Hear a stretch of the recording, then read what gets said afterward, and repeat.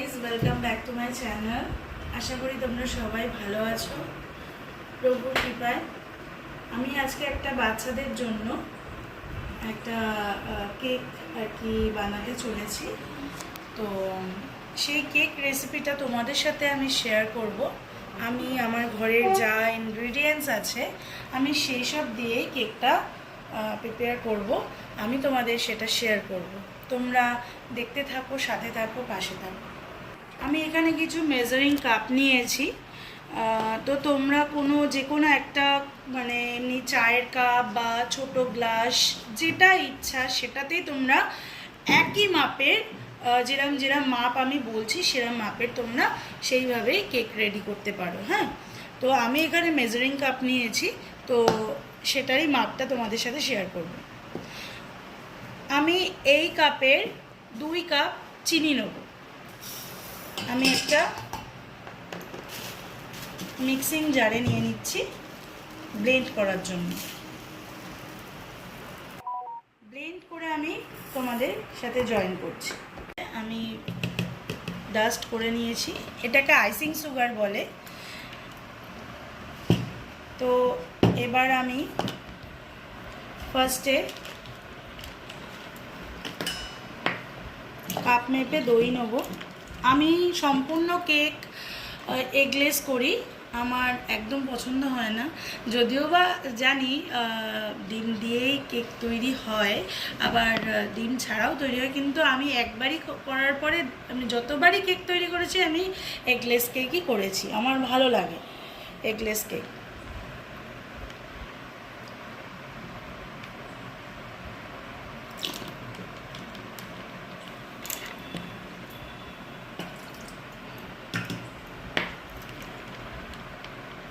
আমি টক দই দিয়ে আজকে কেকটা বানাচ্ছি। টক দই না থাকলে দুধ দিয়ে আমি ওই রেসিপিটা মানে ওই কেকের ওই রেসিপিটা আমি পরে তোমাদের সাথে শেয়ার করব। এখন দই দিয়ে বানাচ্ছি, আমি দই দিয়ে তোমাদের দেখাচ্ছি। আমি এই মেজারিং কাপের 2 কাপ দই নিলাম। এবার এই দইটা আর কি এই কাপেরই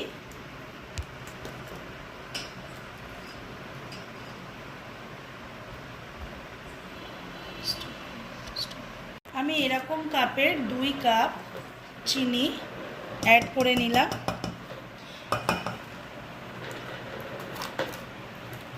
সাথে একটুখানি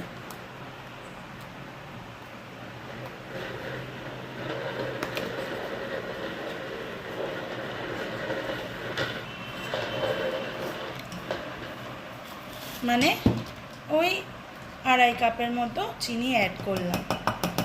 আর এতে আমি যে রান্নার তেল আছে সেই তেল এই মেজারিং কাপেরই 1 কাপ অ্যাড করব। তো এবার এটাকে খুব ভালো করে মিক্স করতে হবে যেন কোনো লাম্পস না থাকে। একটা ক্রিমি ভাব চলে আসবে, সেটা দেখলেই কনসিস্টেন্সিটা দেখলেই বোঝা যাবে। মিক্সড করে পরের স্টেপটা দেখাচ্ছি তোমাদের। দেখো কনসিস্টেন্টটা এরকম হয়েছে, ঠিক এরকম একটা ক্রিমি ভাব আসবে। তাহলে বুঝে যাবে যে এটা মানে ব্যাটারটা অনেকটা রেডি আছে। এবার আমি যে এই ড্রাই ইনগ্রিডিয়েন্টসগুলো মেশাবো সেটা হচ্ছে, আজকে আমি এটা চকলেট কেক বানাচ্ছি না, আমি এমনি কেক বানাচ্ছি।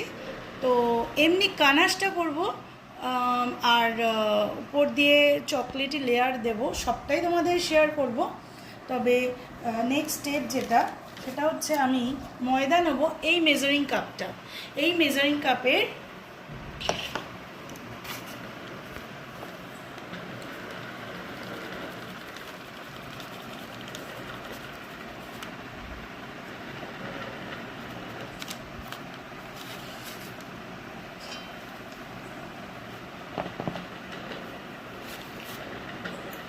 আমি এই মেজারিং কাপের 1 কাপ ময়দা নিয়েছি।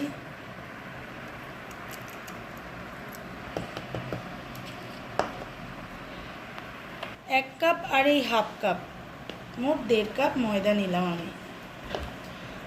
আর তার সাথে বেকিং সোডা, বেকিং পাউডার, এটা বেকিং পাউডার নিচ্ছি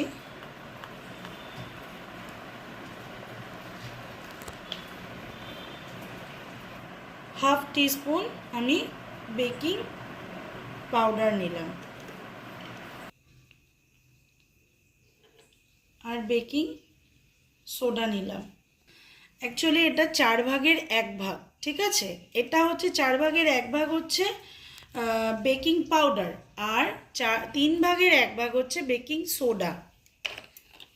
এই মেজারমেন্টে আমি সমস্ত ইনগ্রেডিয়েন্টসগুলো একটা স্ট্রেনারের মধ্যে নিয়ে নিয়েছি।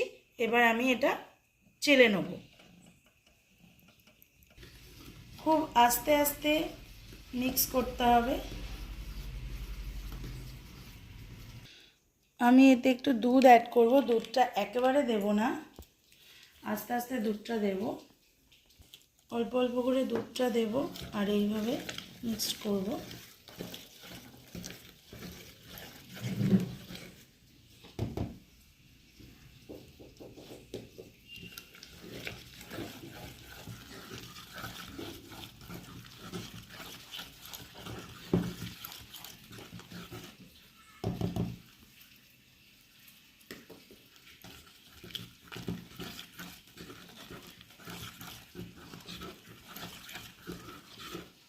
এক্ষেত্রে আমার আরও একটু দুধ লাগবে, তো আমি সেক্ষেত্রে 1 কাপ প্রথমে নিয়েছিলাম, তারপরে আমি আর হাফ কাপ নিচ্ছি।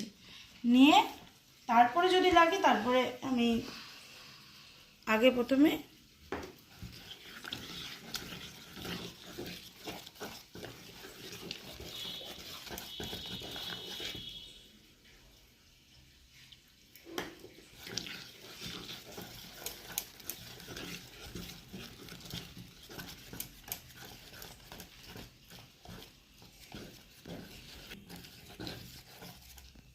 মোটামুটি আমি এই কাপের 2 কাপ দুধ দিলাম।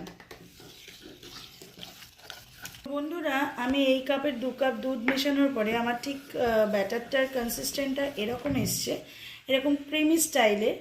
তো তাহলেই বুঝতে পেরে যাবে যে এই ব্যাটারটা একদম অলমোস্ট রেডি।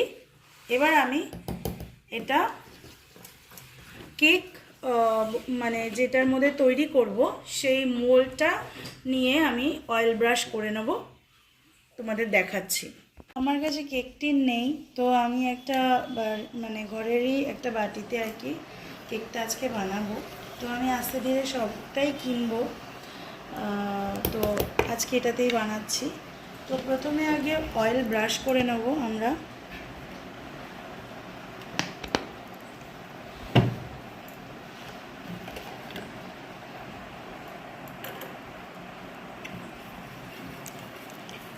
অয়েলটা ব্রাশ করে নিচ্ছি ভালো করে চারিধারে।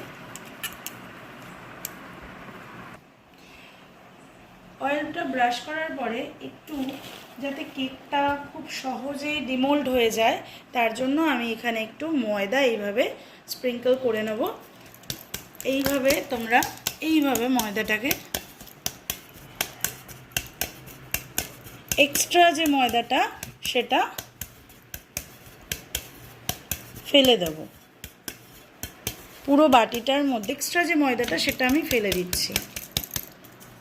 তো এবারে এই কেকের এই ব্যাটারটা দেখেছো বন্ধুরা কনসিস্টেন্টটা কীরকম হয়েছে?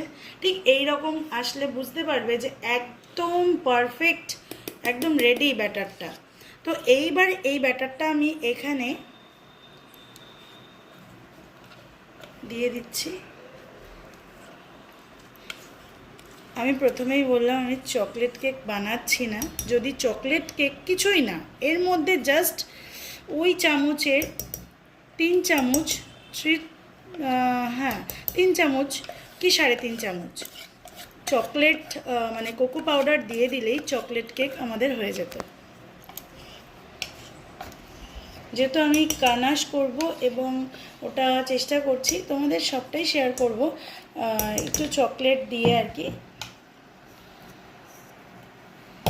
সাজাবো কেকটাকে। পুরো ব্যাটারটা একটা স্প্যাচুলারের সাহায্যে আমি এর মধ্যে দিয়ে একটু বাটিটা একটু ট্যাপ করে নিয়ে যদি কোনো বাবলস থেকে থাকে সেটা বেরিয়ে আসবে। তো এইভাবে আমি ওদিকে ওভেনে কড়াই ফ্রি হিটে, আমি কড়াইতেই করব, ফ্রি হিটে বসিয়ে দিয়েছি।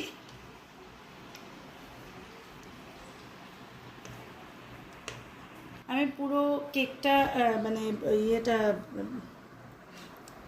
আমি ব্যাটারটা পুরো নিয়ে নেওয়ার পরে এভাবে ট্যাপ করে নিচ্ছি। যদি কোনো কেকটা 45 মিনিট হয়ে গেছে, আমি একটা নাইফের সাহায্যে দেখছি, যদি এটা ক্লিন ওঠে তাহলে ভাববে কেকটা একদম রেডি। সত্যি ক্লিন উঠেছে একদম, এটা অলমোস্ট রেডি। সো এটা আমি এখন ঠান্ডা করতে দেব, তারপরে আমি ডেকোরেশনটা করে আমি তোমাদেরকে দেখাবো। দেখাতে চাই দেখো কেকটা কতটা ডাবল হয়ে গেছে। আমি ব্যাটারটা ঠিক এই রকম পজিশনে দিয়েছিলাম আর বাটিটা ভর্তি হয়ে গেছে। তবে আমি একটা কথা শেয়ার করব তোমাদের সাথে, এখনও অবধি পাকাপোক্ত হয়ে ওঠেনি যে এটা কতটা কোয়ান্টিটির কেক তৈরি হয়েছে, 1 পাউন্ড না হাফ পাউন্ড আমি এখনও জানি না। এই পাউন্ডের ব্যাপারটা আমি একদম ক্লিয়ার হয়ে নিয়ে তোমাদের সঙ্গে একদিন সুন্দর মানে থরলিভাবে আমি কেকটা শেয়ার করব যে এটা পাউন্ড কতটা বা কী বৃত্তান্ত, কী করলে কত পাউন্ডের কেক পাওয়া যেতে পারে। আমি আস্তে আস্তে তোমরা শুধু পাশে থাকো, সাথে থাকো, তোমাদের সাথে সবটাই শেয়ার করব। বন্ধুরা, আমি এখানে একটা বাটার ফ্রস্টিং বানাচ্ছি। তো সেক্ষেত্রে আমি এখানে একটু দুধ নিয়েছি আর হুইপ ক্রিমের পাউডার পাওয়া যায়। তো আপাতত আমি পাউডার ইউজ করছি। তো এই যে সেই পাউডার, এখানে আমি 3 থেকে 4 চামচ পাউডার নিয়েছি এই টিস্পুনের। তো নিয়ে আর সামান্য একটু দুধ নিয়ে, আর এর সঙ্গে আমি একটা আর টেস্টি হওয়ার জন্য একটা আমুল স্প্রে ইউজ করেছি। তো এটা এইভাবে বিট করে নিতে হবে। তো একবারে করা যাবে না, তার কারণ হচ্ছে তাহলে মেশিন নষ্ট হয়ে যাবে আর মেশিন গরম হয়ে যেতে পারে।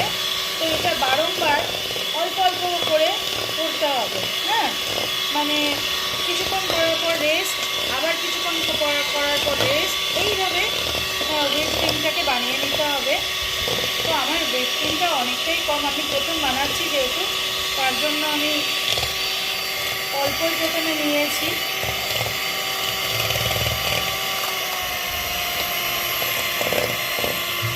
তো গরম হয়ে গেছে, যেন আমি স্টপ করছি। তো দেখো মানে আমি যখন এটা নিয়েছিলাম না, তখন অনেকটা লিকুইড ছিল, কিন্তু দেখো এখন অনেকটা থিক হয়ে গেছে। তো এটা আস্তে আস্তে আরও করলে ঠিক হয়ে যাবে। তো এইভাবে এটা করতে হবে। তবে আমার মেশিনটা একটু গরম হয়ে গেছে, তো আমি একটুখানি এটা রেস্টে রাখবো, আবার তোমাদের সাথে জয়েন করছি। আমি কেকটা ডিমোল্ড করে নিয়েছি। আমার কেকটা দেখো কতটা সফট স্পঞ্জি হয়েছে, দেখে বুঝতে পারছো। তো কেকটা যা আমি তোমাদের কোয়ান্টিটি দেখিয়েছিলাম, তো ঠিক এরকম হয়েছে, আর সাইজটা দেখো এরকম হয়েছে। তো আমি তোমাদের মানে বলেছি যে আমি পুরোপুরি যে পাউন্ড কতটা ইউজ করলে কত পাউন্ডের হবে সেটা আমি তোমাদের নেক্সট রেসিপিতে শেয়ার করব। যে আমি কেকটা 2 পার্টে ডিভাইড করে নিয়েছি। তো আমি একটা সিরাপ তৈরি করব। সামান্য আইসিং সুগার নিয়েছি আর জল অল্প দিয়ে এটাকে ভালো করে মিক্সড করে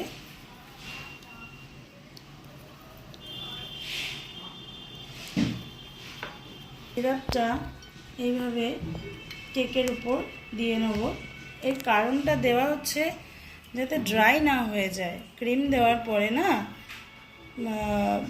হুইপ ক্রিম দেওয়ার পরে কেক অনেক সময় ড্রাই হয়ে যায়। তো তার জন্য যাতে সুন্দর এটা সেট হয়, তার জন্য এই সিরাপটা দেওয়া হয়। তো এইভাবে আমি সিরাপটা দিয়ে নিলাম। বন্ধুরা, আমি প্রথম এইভাবে কেক বানাচ্ছি, তো আমার সেভাবে কোনো অভিজ্ঞতা নেই, তাও আমি চেষ্টা করছি তোমাদের সাথে শেয়ার করছি। তো প্রথমে একটু হুইপ ক্রিমটা আমি দেখো এইভাবে আমি হুইপ ক্রিম বানিয়েছি। তো একটু এটা যদি তোমরা ফ্রিজ আপ করে দাও তাহলে খুব ভালো সেট হয়। তো আমি এখানে হুইপ ক্রিমটা লাগিয়ে নিলাম। এই যে এটা হচ্ছে চাকতিটা, মানে কেক সেটিংয়ের এটা মানে চাকতিটা। তো এটার মধ্যে আমি এই পার্টটাকে বসিয়ে নিচ্ছি। নিয়ে একটা পার্ট বসিয়ে নেওয়ার পরে এবার আমি এর মধ্যে এই হুইপ ক্রিমটা দিয়ে দেবো।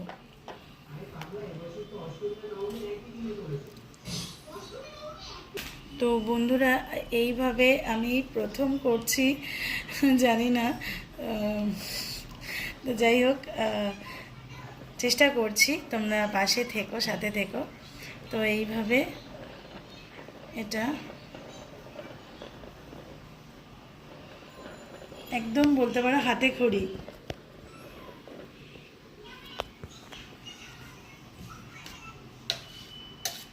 আমি কেক বানানোর জন্য আমি কিছু অনলাইন থেকে মার্কেটিং করেছি।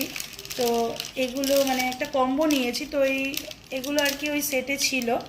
তো এগুলো দিয়েই আর কি কেকটা রেডি করতে হয়। তো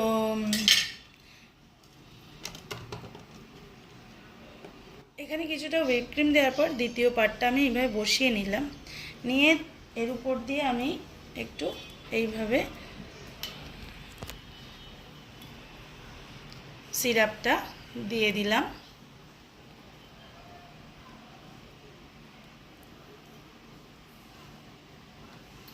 এর মধ্যে কিছুটা হুইপ ক্রিম দিয়ে ঠিক এইভাবে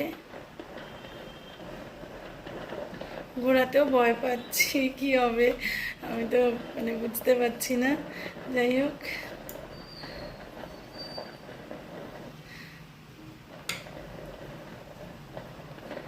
আর একটু হুইপ ক্রিম লাগবে।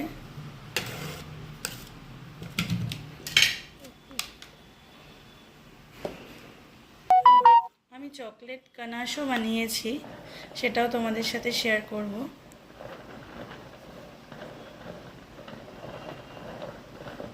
এইভাবে আস্তে আস্তে ঘুরিয়ে এটাকে পুরো ক্রিমটাকে আর কি সেট করতে হবে।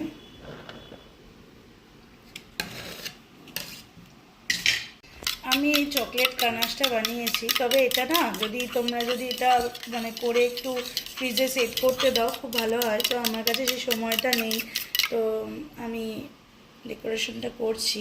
এই চকলেট কানাশটা এইভাবে এর উপরে দিয়ে দিচ্ছি, দিয়ে এটা লেয়ারিং করে দিচ্ছি।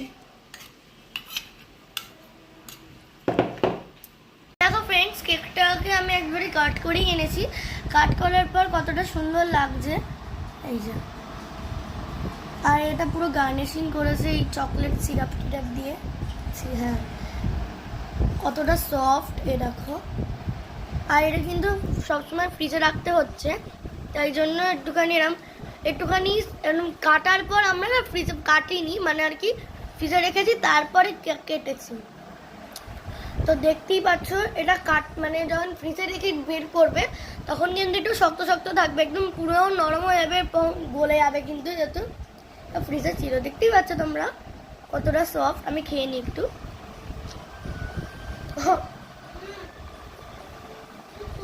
খুব সুন্দর হয়েছে, তোমরা কিন্তু এই প্রসেসেই বানিয়ে খেতে পারো। আমি এখন এই কেকটার এনজয় নিই, তোমরাও বানিয়ে এনজয় নাও। ঠিক আছে, বাই বাই। ইন্ট্রোটা করে দিবি, ছাড়ো, বাদ দাও, বাই। ইন্ট্রোটা দেওয়ার পালা, আমি উঠি, দাঁড়াও।